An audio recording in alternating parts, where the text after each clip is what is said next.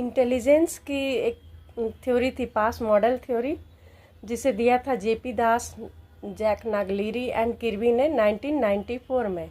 इन्होंने बताया था कि व्यक्ति का जो इंटेलिजेंस होता है वह व्यक्ति के इंटरडिपेंडेंट ब्रेन फंक्शनिंग के कारण होता है। उन्होंने 3 तरह की यूनिट बताई थी।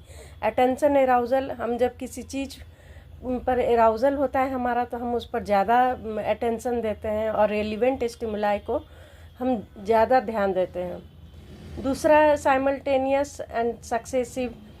तो साइमल्टेनियस जिसका एग्जांपल है आरपीएम, इसमें हम लोग क्रम रूप से सीखते हैं, जैसे कुछ डिज़ाइंस को देख करके हम अगला कौन सा डिज़ाइन होगा इसका पता लगाना।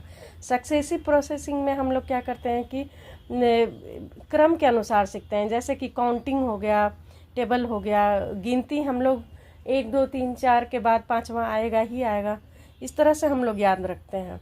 और प्लानिंग में जब ये सब प्रोसेस हो जाता है तो हम लोग प्लान करते हैं और गोल सेटिंग करते हैं कि कैसे हमको उसको इम्प्लीमेंट करना है, इवेल्यूएट्स करना है, और अगर सही नहीं होता है तो उसको हम मॉडिफाई करते हैं और फिर से सही ढंग से प्लानिंग करते हैं। जैसे ये एग्ज़ाम देना है तो हम इम्पॉर्टेंट चैप्टर सबको पढ़ते हैं, नहीं आ रहा है तो उसको हम सीखते हैं, टीचर से पूछते हैं, और भी बहुत तरह का सहारा लेते हैं।